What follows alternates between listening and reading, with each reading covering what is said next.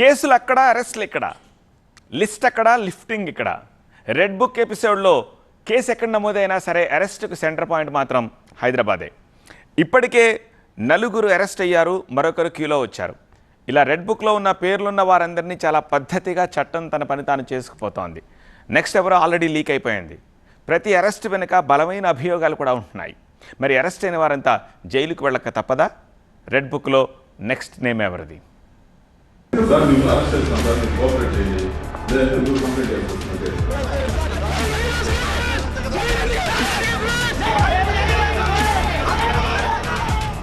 నటుడు పోసాని కృష్ణమురళి అరెస్ట్.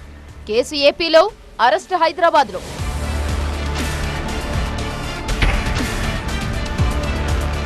మాజీ MLA Vallabhaneni Vamsi arrest. కేసు గుడివాడలో, లిఫ్టింగ్ హైదరాబాద్లో.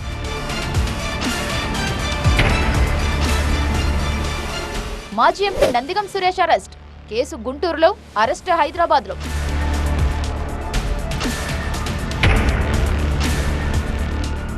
ఏపీబీసీఎల్ మాజీ డైరెక్టర్ వాసుదేవరెడ్డి అరెస్ట్.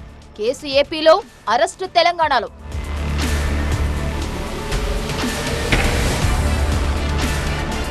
ఈ 4 గత ప్రభుత్వంలో కీలక పదవుల్లో ఉన్నవారు. రెడ్ బుక్ లిస్టులో వీరి నెంబర్ ఏంటో తెలియదు, కానీ అరెస్టు మాత్రం 1 by 1 ఓ పద్ధతి ప్రకారం జరుగుతూ వచ్చింది. ఇక్కడ ట్విస్ట్ ఏంటంటే అందరూ అరెస్ట్ అయింది హైదరాబాద్లోనే, అది హైడ్రామా నడుమ.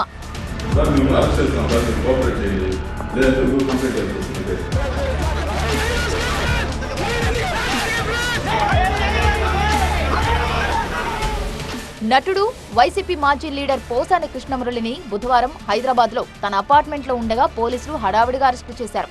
నిక్కరు బనియన్ మీద ఉన్న పోసానిని పోలీసులు అరెస్టు చేసిన దృశ్యాలు సోషల్ మీడియాలో వైరల్ అయ్యాయి.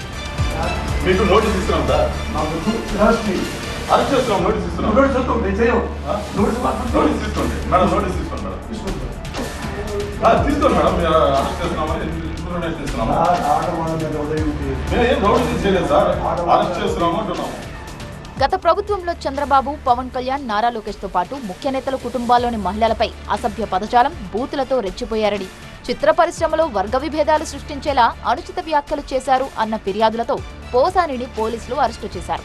అన్నమయ్య జిల్లా ఓబులవారిపల్లె పోలీస్ స్టేషన్ పరిధిలో 2 రోజుల కిందట జనసేన నేత మణి ఫిర్యాదు చేశారు. ఆ ఫిర్యాదు మేరకు బుధవారం రాత్రి 8:30 సమయంలో హైదరాబాద్లో తన అపార్ట్మెంట్లో ఉండగా పోసానిని పోలీసులు అరెస్టు చేశారు. అరెస్టుకు ముందు పోలీసులకు పోసానికి మధ్య వాగ్వాదం జరిగింది. తనకు ఆరోగ్యం సరిగ్గా లేదని, నోటీసులిస్తే ఆరోగ్యం కుదుటపడ్డాక తానే హాజరవుతానని పోలీసులకు పోసాని చెప్పినట్లు సమాచారం. పోసానిపై వర్గాల మధ్య విభేదాలు రెచ్చగొట్టడం, తప్పుడు సమాచారాన్ని వ్యాప్తి చేయడం, వ్యవస్థీకృత నేరానికి పాల్పడటం వంటి అభియోగాలపై బిఎన్ఎస్లోని 196, 353(2), 111 రెడ్ విత్ 35 సెక్షన్ల కింద నమోదైంది. అతను మాట్లాడిన అసభ్యకరమైన మాటలు,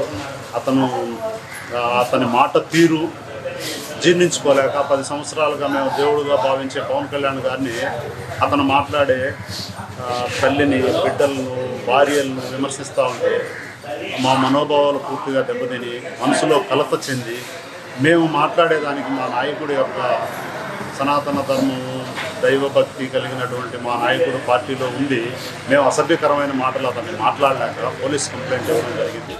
ఇక గన్నవరం మాజీ ఎమ్మెల్యే వల్లభనేని వంశీమోహన్ ను 2 వారాల కిందట హైదరాబాద్లోని పోలీసులు అదుపులోకి తీసుకున్నారు. గత ప్రభుత్వ హయాంలో గన్నవరం టీడీపీ ఆఫీసుపై దాడి కేసులో వల్లభనేని వంశీ నిందితుడిగా ఉన్నారు. ఆయనపై బిఎన్ఎస్ సెక్షన్ 141, 308, 351(3), రెడ్ విత్ 35 కింద కేసులు నమోదు చేశారు. వంశీపై ఎస్సీ, ఎస్టీ అట్రాసిటీ కేసు నమోదైంది. వంశీ ఇంటికి పోలీసులు నోటీసులు కూడా అంటించారు. ఈ కేసులో కీలక సాక్షిగా ఉన్న TDP office computer operator Satyavardhan kidnap పైన పోలీసులు విచారణ చేస్తున్నారు. ప్రస్తుతం విజయవాడలో వంశీ విచారణ కొనసాగుతోంది.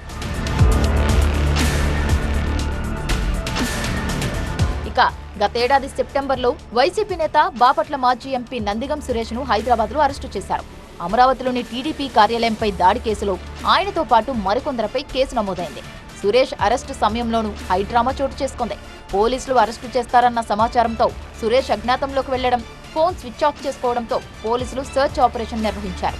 నందిగం సెల్ ఫోన్ సిగ్నల్స్ ఆధారంగా హైదరాబాద్లో ఎక్కడ ఉన్నారని తెలుసుకొని పక్కా సమాచారంతో నాటకీయ పరిణామాల నడుమ సురేష్ అరెస్టు పర్వం నడిచింది.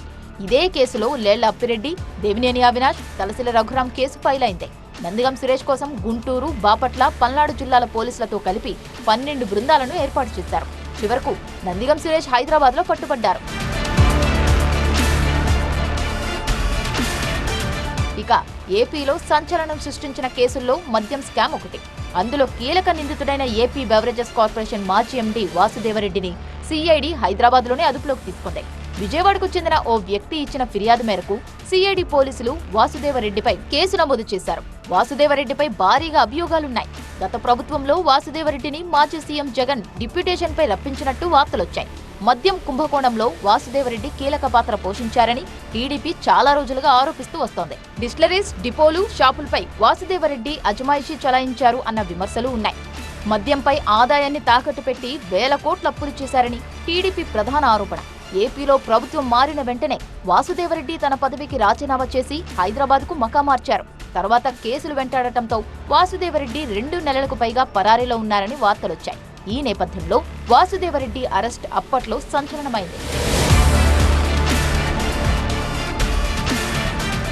లాస్ట్ బట్ నాట్ లీస్ట్, గురువారం సాయంత్రం అనంతపురంలో వైసీపీకి చెందిన మరో మాజీ ఎంపీ గోరంట్ల మాధవ్కు నోటీసులిచ్చారు. 2024లో గోరంట్ల మాధవ్పై వాసిరెడ్డి పద్మ ఫిర్యాదుతో గోరంట్లపై బిఎన్ఎస్ యాక్ట్ 72, 79 కింద నోటీసులిచ్చారు. పోక్సో కేసులో బాధితురాలి పేరు చెప్పారని మాధవ్పై అభియోగం నమోదైంది. దీనిపై వచ్చే నెల 5న విచారణకు రావాలని పేర్కొంటూ మాధవ్కు పోలీసులు నోటీసులిచ్చారు.